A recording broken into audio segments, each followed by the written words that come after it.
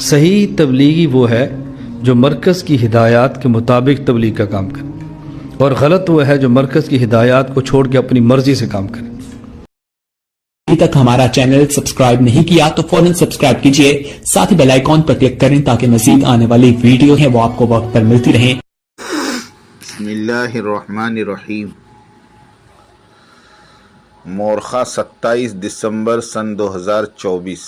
حضرت مولانا ابراہیم صاحب دامت و برکاتہم، السلام علیکم ورحمۃ اللہ وبرکاتہ۔ حضرت میں یہ خط لکھ رہا ہوں، برائے کرم اس کا جواب ضرور عنایت فرمائیں۔ حضرت گزشتہ دنوں آپ نے ڈاکٹر ذاکر نائک صاحب کا پاکستان میں شاندار استقبال دیکھا ہوگا۔ یہ ایک ایسا واقعہ تھا جس میں جامعۃ الرشید کے مفتی عبدالرحیم صاحب، جو دارالعلوم دیوبند کے نظریات کے حامل ہے، پیش تھے۔ مفتی طارق مسعود صاحب بھی موجود تھے۔ حضرت مولانا طارق جمیل صاحب نے تو ڈاکٹر ذاکر نائک کو اپنے گھر بلایا اور ڈاکٹر صاحب کا استقبال کیا۔ شیخ الاسلام مفتی تقی عثمانی صاحب سے بھی ملاقات ہوئی۔ یقیناً حضرت کو معلوم ہوگا کہ دیوبند سے اختلافات کے باوجود سب نے انہیں دل سے قبول کیا، کیوں کہ امت کو ڈاکٹر ذاکر نائک سے فائدہ ہو رہا تھا۔ حضرت یہ بات باعث تشویش ہے کہ آپ کے اپنے پیروکار مولوی سعد کو کافر، گمراہ اور نہ جانے کیا کچھ کہہ رہے ہیں، نعوذ باللہ، اور اس پر آپ کی خاموشی سوالیہ نشان ہے۔ مزید یہ کہ بنگلہ دیش میں مدارس کے معصوم طلبہ مولانا سعد صاحب کے خلاف احتجاجی پوسٹر اٹھائے پھرتے ہیں اور پھانسی کا مطالبہ کر رہے ہیں، جو کہ مولانا سعد صاحب جو کبھی آپ کے اپنے تھے، ان کو آپ نے دور کر دیا، اور جو دور تھے یعنی پینٹ شرٹ پہن کر دعوت دینے والے اہل حدیث ڈاکٹر ذاکر نائک صاحب، ان کو سب نے گلے لگایا۔ یہ کیسا اتفاق ہے! حضرت والا، ہم سب ایک دن اس دنیا سے رخصت ہو جائیں گے، لیکن امت آپ کو ہمیشہ اس لیے یاد رکھے گی کہ آپ نے نظام الدین مرکز کو چھوڑا اور 2015 میں ایک نیا فرقہ قائم کیا۔ حضرت، اگر یہ فرقہ صحیح راستے پر ہو تو یہ اچھی بات ہو سکتی ہے، لیکن بنگلہ دیش میں جس انداز سے آپ کے فالوورز کام کر رہے ہیں وہ انتہائی افسوسناک ہے۔ میری دل کی خواہش ہے کہ امت بنگلہ دیش کے واقعے کے لیے آپ کو یاد نہ رکھے۔ حضرت، آپ نے نظام الدین مرکز چھوڑنے سے قبل یہ صورتحال نہیں تھی۔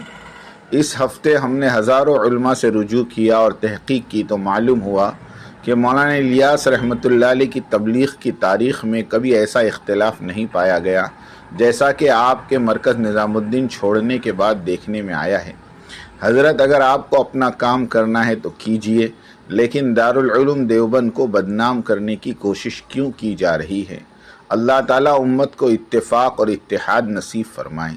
سب سے عجیب چیز مجھے یہ لگی کہ ایک طرف آپ دعویٰ کرتے ہیں کہ آپ دارالعلوم دیوبند کو فالو کرتے ہیں، اور دوسری طرف آپ کے فالوورز یہ اعمال ظاہر کرتے ہیں کہ وہ دارالعلوم دیوبند سے دشمنی کرتے ہیں، کیونکہ وہ دارالعلوم دیوبند کا نام لے کر مولوی سعد کے خلاف احتجاج کر رہے ہیں اور ان پر پابندی لگانے کی بات کر رہے ہیں۔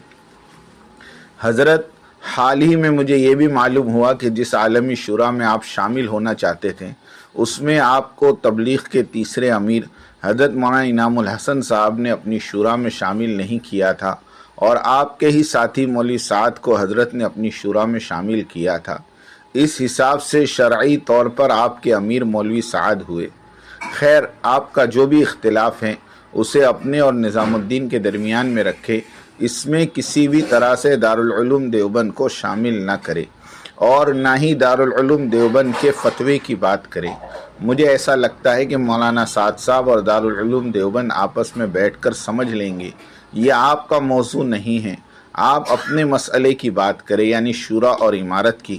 دارالعلوم دیوبند نے الحمدللہ مولانا سعد صاحب سے بہت سی باتوں پر رجوع کروایا ہے اور آگے بھی کروا لے گا۔ میں نے مولانا سعد صاحب کی زبان سے ایک اجتماع میں یہ سنا ہے کہ ان کا مرکز دارالعلوم دیوبند ہے۔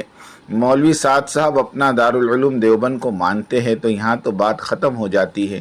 اتنی بڑی جماعت کے ذمہ دار جب یہ اعتراف کرے کہ ان کا مرکز دارالعلوم دیوبند اور تمام مدارس ہیں تو یہ بہت بڑی بات ہے۔ حضرت، اپنے فالوورز سے کہیے احتجاج کرنا چھوڑ دیں، یہ آپ سے درخواست ہے، آپ کا خیر خواہ مکرم قاسمی، میرپور، بنگلہ دیش۔